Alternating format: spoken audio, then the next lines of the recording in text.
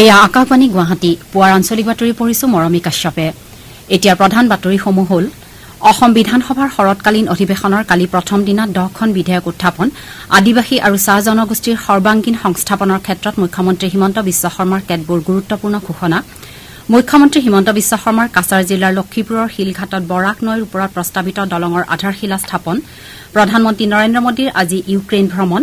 দেশৰ ভিন ভিন ঠাইৰ লগতে ৰাজ্যতো আজি প্ৰথম ৰাষ্ট্ৰীয় মহাকাশ দিৱস পালন।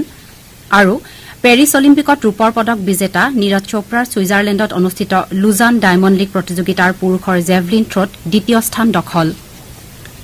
এতিয়া শুনক বিতং বাতৰি। অসম বিধানসভাৰ শৰৎকালীন অধিৱেশনৰ কালি প্ৰথম দিনা মুখ্যমন্ত্ৰী হিমন্ত বিশ্ব শৰ্মাৰ হৈ সংসদীয় পৰিক্ৰমা দপ্তৰৰ মন্ত্ৰী পীযুষ হাজৰিকাই the Assam schedule caste and schedule tribes সংশোধন বিধেয়ক 2024 সদনৰ অনুমতি সাপেক্ষে উত্থাপন কৰে। সদনত কালি মুঠ 10খন বিধেয়ক উত্থাপন কৰা হয়। মন্ত্ৰী শ্ৰী হাজৰিকাই মুখ্যমন্ত্ৰীৰ হৈ সদনৰ অনুমতি সাপেক্ষে অসম চৰকাৰী ভাষা সংশোধন বিধেয়ক 2024খনো উত্থাপন কৰে। ৰাজ্যমন্ত্ৰী যোগেন মোহনে 3খন বিধেয়ক উত্থাপন কৰে। ইয়াৰে অসম ভূমি ৰাজহ নিয়ন্ত্ৰণ সংশোধন বিধেয়কখন উত্থাপন কৰাৰ সময়ত সদন উত্তাল হৈ পৰে। বিৰোধী দল বিশেষকৈ AIUDFৰ বিধায়কসকলে বিধেয়কখন উত্থাপনত সদনে অনুমতি দিয়া নাই বুলি অধ্যক্ষক স্পষ্ট কৰি দিয়ে। অধ্যক্ষই কয় যে বিধেয়ক উত্থাপন হলেও পাৰিত হোৱাৰ ক্ষেত্ৰত সুকীয়াকৈ বিৰোধিতা কৰাৰ প্ৰস্তাৱ দিব লাগিব। পশুপালন আৰু পশু চিকিৎসা বিভাগৰ মন্ত্ৰী অতুল বৰাই the Assam veterinary and fishery university bill 2024 আৰু মন্ত্ৰী জয়ন্ত মল্ল বৰুৱাৰ হৈ মন্ত্ৰী পীযুষ হাজৰিকাই the Assam skill university amendment bill সদনত উত্থাপন কৰে। আনহাতে সামাজিক ন্যায় আৰু সবলীকৰণ বিভাগৰ দায়িত্বপ্ৰাপ্ত মন্ত্ৰী পীযুষ হাজৰিকাই মৰাণ আৰু মটক স্থায়ত্ব শাসিত পৰিষদ সম্পৰ্কীয় 2খন সুকীয়া বিধেয়ক উত্থাপন কৰে। গৃহ নিৰ্মাণ আৰু নগৰ পৰিক্ৰমা বিভাগৰ মন্ত্ৰী অশোক সিংহলে the Assam urban water bodies bill উত্থাপন কৰে। সেইদৰে বিত্তমন্ত্ৰী অজন্তা নেওগে 2024-25 বৰ্ষৰ পৰিপূৰক দাবী মঞ্জুৰীসমূহ সদনত দাখিল কৰে। 28 আগষ্টত পৰিপূৰক মঞ্জুৰীৰ বাবে দাবীসমূহৰ ওপৰত আলোচনা আৰু ভোটদান হ'ব। উল্লেখযোগ্য যে অধিৱেশনৰ কাম কাজ পুনৰ অহা 27 আগষ্টৰ পৰা অনুষ্ঠিত হ'ব। সেইদিনা সংকল্প প্ৰস্তাৱ আৰু আন কেইবাখনো বিধেয়ক উত্থাপনৰ সম্ভাৱনা আছে। 30 আগষ্টলৈ এই অধিৱেশন চলিব। আনহাতে ৰাইজৰ দলৰ বিধায়ক অখিল গগৈ, AIUDFৰ বিধায়ক আমিনুল ইছলাম আৰু কংগ্ৰেছৰ দেৱব্ৰত শইকীয়াই সভা স্থগিত প্ৰস্তাৱ উত্থাপন কৰে। অখিল গগৈয়ে শিৱসাগৰত এগৰাকী যুৱতীক অপদস্থ কৰা, আমিনুল ইছলামে ভূমি ক্ৰয় বিক্ৰয়ৰ ক্ষেত্ৰত মুখ্যমন্ত্ৰীয়ে কৰা বক্তব্য আৰু দেৱব্ৰত শইকীয়াই স্মাৰ্ট বৈদ্যুতিক মিটাৰ সন্দৰ্ভত সভা স্থগিতৰ প্ৰস্তাৱ তোলে যদিও অধ্যক্ষ বিশ্বজিৎ দৈমাৰীয়ে এই তিনিওটা প্ৰস্তাৱ নাকচ কৰে। ইয়াকে লৈ কংগ্ৰেছ আৰু AIUDFৰ বিধায়কসকলে প্লে কাৰ্ড লৈ অধ্যক্ষৰ সন্মুখত ধৰ্ণা দি বিধানসভা ত্যাগ কৰে। ইয়াৰ মাজতে আদিবাসী আৰু চাহ জনগোষ্ঠীৰ সৰ্বাংগীন সংস্থাপনৰ ক্ষেত্ৰত মুখ্যমন্ত্ৰী হিমন্ত বিশ্ব শৰ্মাই কেতবোৰ গুৰুত্বপূৰ্ণ ঘোষণা কৰে। প্ৰশ্নোত্তৰ কালেৰে আৰম্ভ হোৱা অধিৱেশনত মুখ্যমন্ত্ৰী হিমন্ত বিশ্ব শৰ্মাই চৰকাৰে সকলো ধৰণৰ চাকৰিত এতিয়াৰে পৰা চাহ জনগোষ্ঠীৰ বাবে 3% সংৰক্ষণৰ ব্যৱস্থা কৰাৰ বিষয়ে ঘোষণা কৰে। চাহ বাগিচা অঞ্চলৰ বাট পথৰ উন্নয়নৰ বাবে 900 কোটি টকা ধাৰ্য কৰা হৈছে বুলিও তেওঁ কয়। কেইবাখনো চাহ বাগিচাত স্থাপন হ'বলগীয়া মুঠ 10খন মহাবিদ্যালয়ৰ কথা উল্লেখ কৰি মুখ্যমন্ত্ৰীগৰাকীয়ে লগতে কয় যে প্ৰস্তাৱিত মহাবিদ্যালয়সমূহত একমাত্ৰ চাহ জনগোষ্ঠী আৰু আদিবাসী সম্প্ৰদায়ৰ ছাত্ৰ ছাত্ৰীয়েহে অধ্যয়ন কৰিব পাৰিব। ইফালে 1935 চনৰ মুছলিম বিবাহ আৰু বিবাহ বিচ্ছেদ পঞ্জীয়ন আইন বাতিল কৰাৰ উদ্দেশ্যে কালি বিধানসভাত এখন বিধেয়ক উত্থাপন কৰা হয়। ৰাজ্যমন্ত্ৰী যোগেন মোহনে বিধানসভাত অসম বাতিলকৰণ বিধেয়ক 2024 উত্থাপন কৰে। এই বিধেয়কখনে অসম বাতিলকৰণ অধ্যাদেশ 2024ৰ ঠাই ল'ব। ইয়াৰ পূৰ্বে ৰাজ্যিক মন্ত্ৰীসভাই 21 আগষ্টত ইছলামধৰ্মী লোকসকলৰ বিবাহ প্ৰতিষ্ঠান সুদৃঢ় কৰা আৰু চৰকাৰক বিবাহ পঞ্জীয়ন তথা বিবাহ বিচ্ছেদ পঞ্জীয়নৰ কৰ্তৃত্ব প্ৰদানৰ লগতে বাল্য বিবাহ ৰোধ কৰাৰ উদ্দেশ্যে অসম বাধ্যতামূলক পঞ্জীয়ন বিধেয়ক উত্থাপনৰ প্ৰস্তাৱত অনুমোদন জনাইছিল। মুখ্যমন্ত্ৰী হিমন্ত বিশ্ব শৰ্মাই কালি বৰাক উপত্যকাত উপস্থিত হয় শিলান্যাস ভূমি পূজনকে ধৰি কেইবাটাও কাৰ্যসূচীত অংশ লোৱাৰ লগতে ধলাই সমষ্টিৰ অন্তৰ্গত বৰজালেঙাত আয়োজিত এখন ৰাজহুৱা সভাত অংশগ্ৰহণ কৰে। মুখ্যমন্ত্ৰীয়ে কাছাৰ জিলাৰ লক্ষীপুৰৰ শিলঘাটত বৰাক নৈৰ ওপৰত প্ৰস্তাৱিত দলঙৰ আধাৰশিলা স্থাপন কৰে। প্ৰায় 87 কোটি টকা ব্যয়েৰে নিৰ্মাণ কৰিবলগীয়া 340 মিটাৰ দৈৰ্ঘ্যৰ এই দলংখনে জিলাখনৰ যোগাযোগ আৰু পৰিবহণ ব্যৱস্থাক অন্য মাত্ৰা প্ৰদান কৰিব বুলি আশা কৰা হৈছে। এই দলংখনৰ নিৰ্মাণ কাৰ্য সম্পূৰ্ণ হৈ উঠিলে বৰাক নদীৰ এটা পাৰে ছটামামদা সোণাই পথ হৈ সোণাই আৰু লক্ষীপুৰ টাউন তথা আনটো পাৰে সোণাই বাছকান্দি পথ হৈ শিলচৰ টাউনৰ মাজত পথ সংযোগ স্থাপন কৰিব।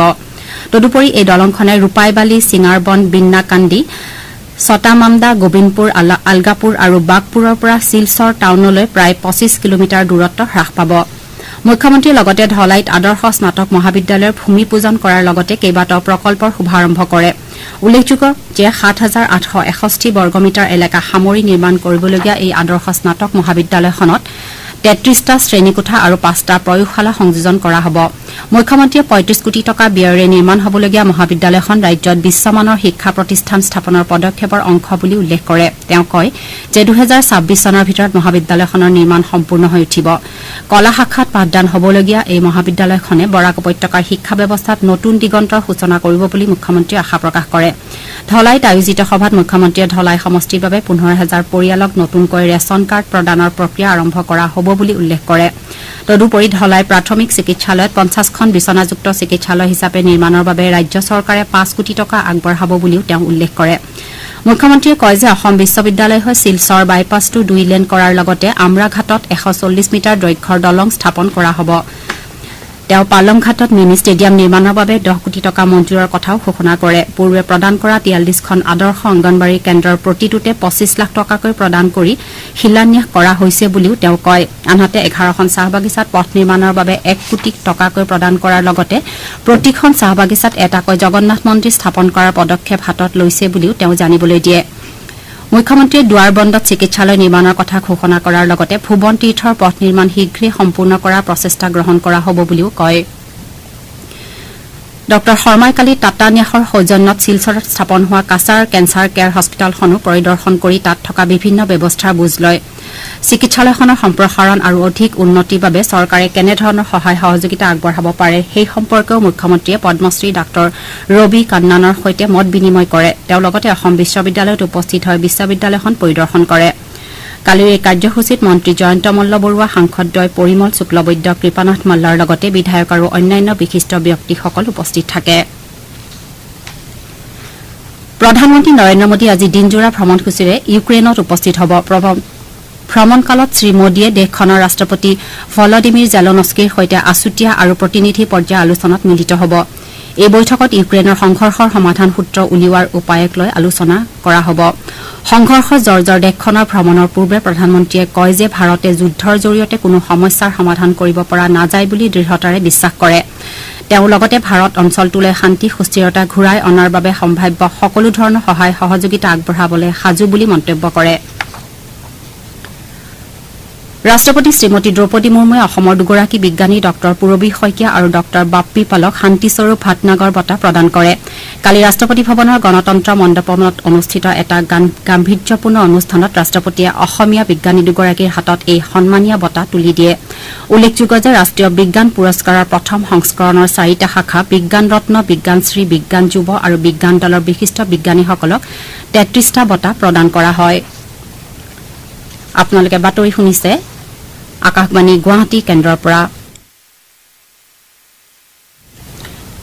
সমগ্ৰ দেশত আজি প্ৰথম ৰাষ্ট্ৰীয় মহাকাশ দিৱস পালন কৰা হৈছে ৰাষ্ট্ৰপতি শ্ৰীমতী দ্ৰৌপদী মুৰ্মুৱে নতুন দিল্লীৰ ভাৰত মণ্ডপমত হ'বলগীয়া এই দিৱসৰ মূল অনুষ্ঠান মুকলি কৰিব এইবেলি এই দিৱসৰ মূল বিষয়বস্তু হৈছে touching lives while touching the moon India space Saga অৰ্থাৎ চন্দ্ৰপৃষ্ঠৰ লগতে জীৱনকো স্পৰ্শ কৰা ভাৰতৰ মহাকাশ যাত্ৰা এই বিষয়বস্তুৱে সমাজ আৰু প্ৰযুক্তিৰ ওপৰত মহাকাশ অন্বেষণৰ গভীৰ প্ৰভাৱক প্ৰতিফলিত কৰিছে ৰাষ্ট্ৰীয় মহাকাশ দিৱস উপলক্ষে ৰাষ্ট্ৰপতিয়ে ৰবটিক্স প্ৰতিযোগিতা আৰু ভাৰতীয় মহাকাশ হেকাথনৰ বিজয়ীসকলক সন্মানিত কৰিব যোৱা বছৰ আজিৰ দিনটোতে চন্দ্ৰযান ৩ অভিযানৰ বিক্ৰম নামৰ লেণ্ডাৰখনে চন্দ্ৰপৃষ্ঠত নিৰাপদ আৰু মসৃণ অৱতৰণ কৰিছিল ইয়াৰ পাছতে চন্দ্ৰযান ৩ অভিযানৰ লেণ্ডাৰ যানখনে অৱতৰণ কৰা চন্দ্ৰপৃষ্ঠৰ ঠাইখিনি শিৱ শক্তি পইণ্ট নামেৰে নামকৰণ কৰা হৈছিল আৰু ২৩ আগষ্টৰ দিনটো ৰাষ্ট্ৰীয় মহাকাশ দিৱস হিচাপে ঘোষণা কৰা হৈছিল ৰাষ্ট্ৰীয় মহাকাশ দিৱস উপলক্ষে আজি তথ্য আৰু সম্প্ৰচাৰ মন্ত্ৰালয়ৰ চেণ্ট্ৰেল ব্যুৰ অফ কমিউনিকেশ্যনৰ উদ্যোগত খানাপাৰাৰ আঞ্চলিক বিজ্ঞান কেন্দ্ৰত আয়োজিত 3দিনীয়া মাল্টিমিডিয়াৰ প্ৰদৰ্শনীখন বিজ্ঞান আৰু প্ৰযুক্তি মন্ত্ৰী কেশৱ মহন্তে উদ্বোধন কৰিব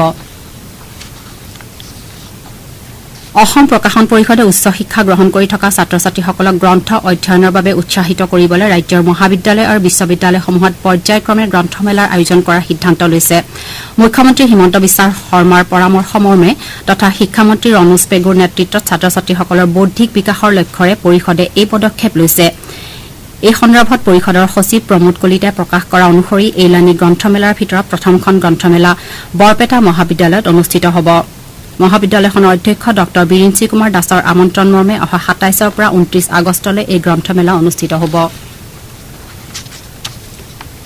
অসম শক্তি বিতৰণ কোম্পানী লিমিটেড যোৰহাটৰ উদ্যোগত যোৰহাট বিজ্ঞান কেন্দ্ৰ আৰু তাৰকাগৃহ প্ৰেক্ষাগৃহৰ সভাকক্ষত প্ৰধানমন্ত্ৰী সূৰ্য ঘৰ বিনামূলীয়া বিদ্যুৎ আঁচনিৰ প্ৰসাৰ আৰু প্ৰচাৰৰ উদ্দেশ্যে এখন সজাগতা সভা অনুষ্ঠিত হয়। এই আঁচনিৰ অধীনত কেন্দ্ৰীয় চৰকাৰৰ লগতে ৰাজ্য চৰকাৰে ৰূপটপ সৌৰ শক্তি স্থাপনৰ সৰহভাগ ব্যয় বহন কৰিব।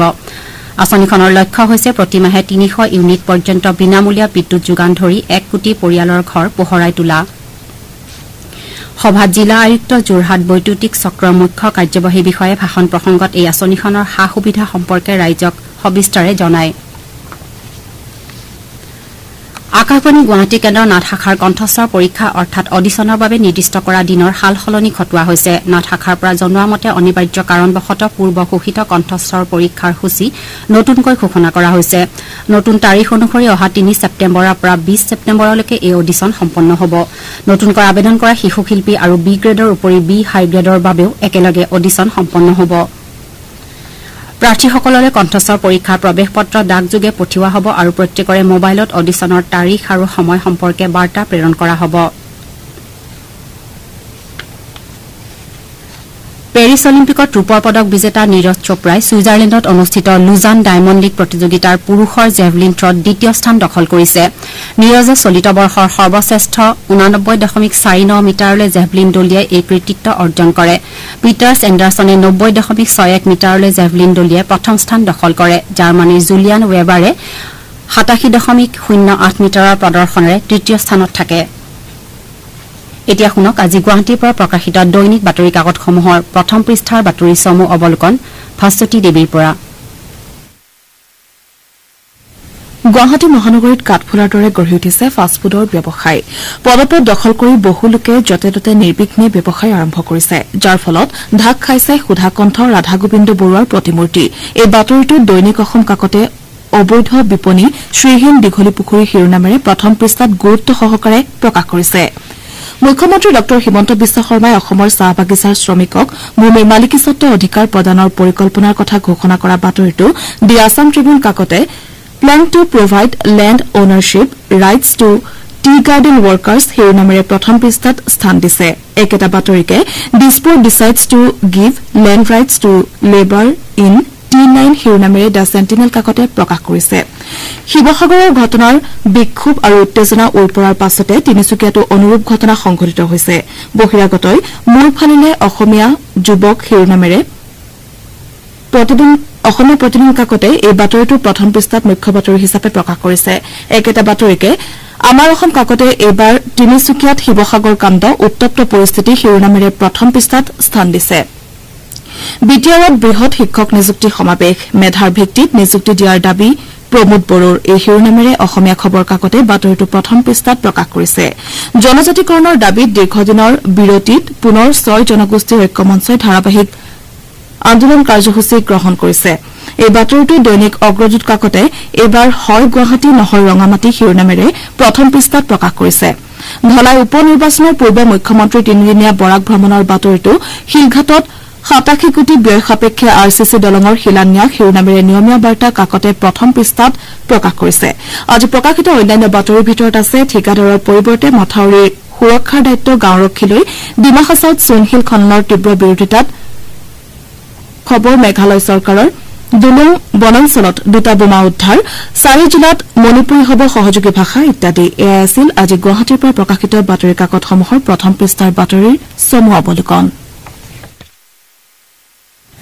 ধন্যবাদ ভাস্বতী। বাতৰি শেষ কৰাৰ পূৰ্বে প্ৰধান বাতৰিসমূহ পুনৰ এবাৰ। অসম বিধানসভাৰ শৰৎকালীন অধিৱেশনৰ কালি প্ৰথম দিনা 10খন বিধেয়ক উত্থাপন, আদিবাসী আৰু চাহ জনগোষ্ঠীৰ সৰ্বাংগীন সংস্থাপনৰ